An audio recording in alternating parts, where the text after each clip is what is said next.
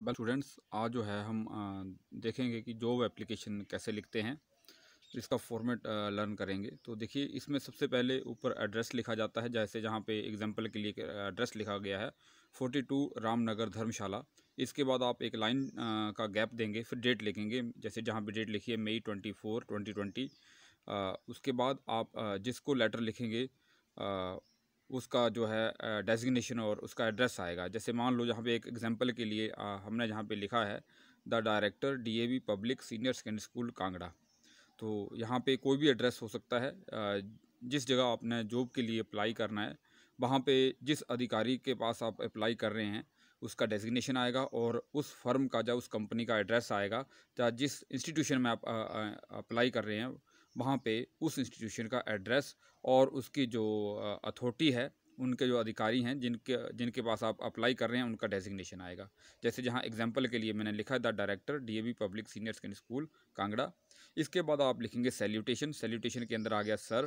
फिर आप लिखेंगे सब्जेक्ट। सब्जेक्ट में लिखना है application for the post of, जहाँ आगे लिखा है डैश डैश डैश, तो जहाँ पे आएगा application for the post of clerk, अगर आप क्लर्क की पोस्ट के लिए अप्लाई कर रहे हैं। Application for the post of executive engineer, अगर आप एग्जीक्यूटिव इंजीनियर की पोस्ट के लिए अप्लाई कर रहे हैं। Application for the post of lecturer English, जिस भी पोस्ट के लिए आप अप्लाई कर रहे हैं उसका जहाँ पे नाम आ जाएगा, जहाँ पे स्टूडेंट्स। इसके बाद देखिए, आप इस जो लेटर को आप कैसे शुरू कर सकते हैं। इसकी जो ओपनिंग होती है इसकी बड़ी सिंपल होती है, with reference to advertisement published in the Tribune on dated May 2020। तो जहाँ पे हमने संदर्भ दिए, with reference to advertisement, advertisement के संदर्भ में जो ट्रिब्यून में पब्लिश हुई थी। ज़रूरी नहीं है जहाँ पे द ट्रिब्यून, जहाँ पे न्यूज़पेपर का नाम आएगा जिसमें वो एडवर्टाइजमेंट पब्लिश हुई थी, ऑन डेटेड, डेट आ जाएगी, आगे आप लगाएंगे comma. I would like to apply for the post of dash, फिर आगे लिखा पोस्ट नेम। तो जहाँ पे डैश में आपने लिखना है पोस्ट का नेम, जिस पोस्ट के लिए आप अप्लाई कर रहे हैं। तो जैसे कैसे बनेगी ये लाइन, मान लो आप क्लर्क के लिए अप्लाई कर रहे हैं, with reference to advertisement published in the Tribune on dated May 2020, I would like to apply for the post of clerk. अगर आप मान लो लेक्चरर इंग्लिश, तो कैसे लिखेंगे, तो यहाँ पे पोस्ट क्लर्क की जगह आप लेक्चरर इंग्लिश लिख लेंगे।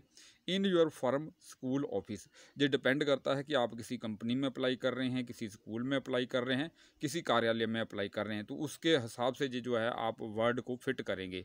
जैसे मान लो कोई फार्मास्यूटिकल कंपनी है, तो वहाँ पे आप जो है क्लर्क की पोस्ट के लिए अप्लाई कर रहे हैं, या सेल्स मैनेजर की पोस्ट के लिए अप्लाई कर रहे हैं, तो कैसे ये लाइन बनेगी, with reference to advertisement published in the Tribune on dated May 2020, I would like to apply for the post of sales manager in your firm. तो वहाँ पे आप इन योर फर्म लिखेंगे, या इन योर कंपनी भी आ सकता है। उसके बाद आपने लिखना है मेन कंटेंट आप अपने लेटर का, ये आपका जॉब रिलेटेड होना चाहिए। इसमें आपने अपने बारे में जॉब रिलेटेड लिखना है। सबसे पहले आप जब लेटर लिखेंगे तो टेल अबाउट योर सेल्फ, आपने अपने बारे में भी बताना है, ठीक है। तो इसमें आप अपने बारे में क्या बताएंगे, तो देखिए, आप लिख सकते हैं आई एम एन एनर्जेटिक मैन, मैं एक एनर्जेटिक मैन हूँ। आई एम वेरी गुड टीचर, अगर हाँ टीचर कहाँ पे आएगा, अगर आप टीचर की पोस्ट के लिए अप्लाई कर रहे हैं, ध्यान रखें। अगर आप मान लो क्लर्क की पोस्ट के लिए कर रहेंगे तो आप क्लर्क लिख सकते हैं। अगर आप मैनेजर की पोस्ट के लिए अप्लाई कर रहे हैं तो आप मैनेजर लिख सकते हैं, जिस भी पोस्ट के लिए। तो आई एम वेरी गुड, जो भी आपका डेजिग्नेशन जिसके लिए आप अप्लाई कर रहे हैं। तो जहाँ पे मैंने एग्जांपल के लिए लिखा है teacher. I am very hard worker, I can speak English fluently, I have 2 years teaching experience, I am an MPhil in English. जहाँ पे आपने अपनी क्वालिफिकेशन बतानी है। मान लो आप जैसे स्टेनो टाइपिस्ट की पोस्ट के लिए अप्लाई कर रहे हैं, तो I have diploma in steno typing, ठीक है। I can type English at the English 30 words या 50 वर्ड्स इन इंग्लिश पर मिनट। इस तरह से आप लिख सकते हैं। इसके अंदर जो भी आपकी क्वालिफिकेशन है, योग्यता है, या जो भी आपकी पोस्ट है उससे रिलेटेड जहाँ पे आपको लिखना पड़ेगा। जहाँ पे जैसे मैं टीचिंग की पोस्ट के लिए अप्लाई कर रहा हूँ एग्जांपल के लिए, तो उससे रिलेटेड जहाँ पे मैंने जो है क्वालिफिकेशन लिखी है। इसके बाद देखिए, आपने बताना है कि वाई आर यू अप्लाइंग, आप अप्लाई क्यों कर रहे हैं, तो इसका आपने कारण बताना है। मान लो आप स्कूल में अप्लाई कर रहे हैं, तो आप लिख सकते हैं the school is very near to my home.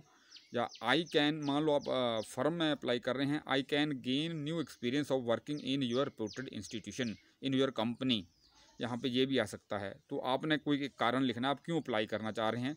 तो जैसे मैंने जहाँ पे 2 कारण लिखे हैं, आपको एक चूज़ कर लेंगे।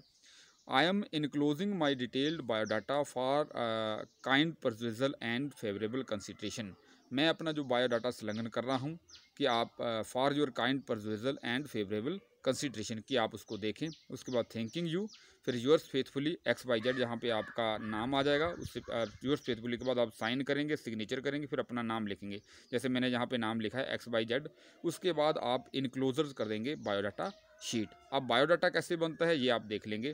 बायोडाटा के अंदर सबसे पहले आपका नेम आएगा। जैसे नेम मैंने XYZ लिखा तो आप XYZ लिखेंगे जब आप अपना नाम लिखेंगे। यहाँ पे एक बच्चों ध्यान रखें, पेपर में बच्चे क्या गलती करते हैं, जैसे वहाँ पे लिखा होता है कि यू आर रवि, वहाँ पे नाम दिया आपका रवि, तो आप अप्लाई कर रहे हैं for the post of lecturer English. तो जो नाम आपने लेटर के अंदर साइन किया रवि, तो बायोडाटा के अंदर भी रवि लिखना है। बच्चे क्या गलती करते हैं, एप्लीकेशन के अंदर कोई और नाम होता है और बायोडाटा के अंदर कोई और नाम है, तो इसका आप विशेष ध्यान रखें। फादर्स नेम जैसे मैंने यहाँ पे लिख दिया PQR, तो जो भी फादर का नेम है वहाँ पे आप लिखेंगे। ये मैंने एग्जाम्पल के लिए लिखा PQR। उसके बाद आप अपनी डेट ऑफ बर्थ लिखेंगे, marital status, married unmarried, permanent address लिखेंगे जैसे यहाँ पे लिखा गया आप देख सकते हैं। फिर आप अपनी एजुकेशनल क्वालिफिकेशन लिखेंगे जैसे यहाँ पे लिखी गई है। तो इस जो भी आपकी क्वालिफिकेशन है वो आप जहाँ पे लिखेंगे। इसके बाद आप अपनी प्रोफेशनल क्वालिफिकेशन लिख सकते हैं जैसे जहाँ पे लिखी है, देखिए आप 1 year advance diploma in computers. जो प्रोफेशनल क्वालिफिकेशन है ये ध्यान रखें, जो आपकी जो पोस्ट है उसके अकॉर्डिंग होनी चाहिए। इसके बाद आप एक्सपीरियंस लिखेंगे, अब आपका क्या एक्सपीरियंस है, तो जैसे जहाँ पे लिखा है working as a lecturer English 8 Sudha model public senior secondary school Amb Una, ये एक लिखा है एक्सपीरियंस। जब working as a lecturer for 2 years, for 3 years, आप जो भी है लिख सकते हैं। यहाँ पे ये ईयर भी जोड़ सकते हैं कि आपका इतना वर्ष का अनुभव हो गया है। उसके बाद आप लिखेंगे एक्सपेक्टेड सैलरी, वहाँ यहाँ पे आप लिखेंगे नेगोशिएबल। नेगोशिएबल का मतलब कि आप बैठकर बात करेंगे, डिसाइड करेंगे कि आप क्या सैलरी लेना पसंद करेंगे।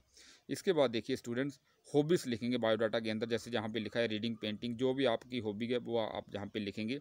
फिर आप रेफरेंसेस लिखेंगे। रेफरेंसेस के अंदर क्या होता है कि 2 व्यक्तियों के नाम लिखने हैं, ऐसे व्यक्तियों के नाम लिखने हैं जिनका समाज में अच्छा स्थान हो और वो आपको अच्छी तरह से जानते हो, जो आपके बारे जब कंपनी वाले या फर्म वाले जब भी आपको जॉब पे रखना चाहें तो उनसे वो संपर्क कर सकें, आपके बारे में वो राय ले सकें कि कैसे हैं। तो जहाँ पे देखिए, जहाँ पे 2 रेफरेंसेस मैंने लिखे हुए हैं, उनका डेजिग्नेशन लिखना है और वो कहाँ पे काम करते हैं ये पूरा उनका एड्रेस देना है। जहाँ पे जैसे एक लिखा है श्री गीत सेठी, हेड ऑफ जो है head of the department of English, जो हेड है ये डिपार्टमेंट ऑफ इंग्लिश के HPU शिमला। दूसरा लिखा है Shri Asim Dhiman, principal government senior secondary school Gondpur Banera. तो इस तरह से जो भी रेफरेंसेस आप लिख सकते हैं। अब स्टूडेंट्स, ये तो था कि आप पेपर के अंदर जो है जॉब एप्लीकेशन कैसे लिखेंगे।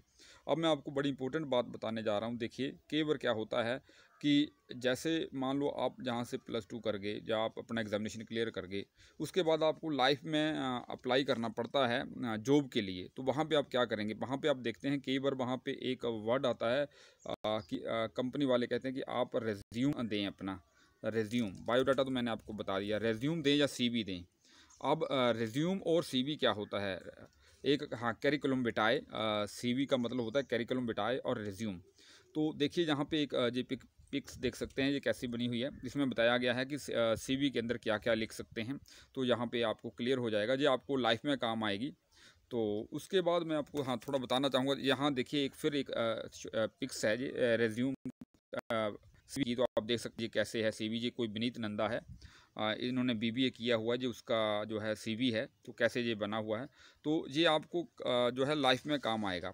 अब मैं जहाँ पे आपको बताना चाहता हूँ 3 बातें होती हैं। एक तो बायोडाटा, वो तो आपने देख लिया। दूसरी बात थी CV और रेज्यूम। देखिए जो बायोडाटा होता है ये बिल्कुल छोटा होता है, इसमें आपकी जो एजुकेशनल क्वालिफिकेशन, आपका sex, male female, date of birth, ये सारी चीज़ें आ जाती हैं। 1 पेज का होता है। जो आपका स्टूडेंट्स अपना रेज्यूम होता है, इसके अंदर रेज्यूम के अंदर क्या होता है कि सिर्फ आपका 2 पेजेस का होता है। इसमें आपका प्रेजेंट और पास्ट के बारे में पूरी जानकारी होती है कि जैसे आप वर्तमान में कहाँ पे हैं और पास्ट में आपने किन किन स्कूल से, किन किन कॉलेजेस से आपने एजुकेशन ली, वहाँ ईयर डिटेल दी होती है। ये कम से कम 2 पेजेस का होता है।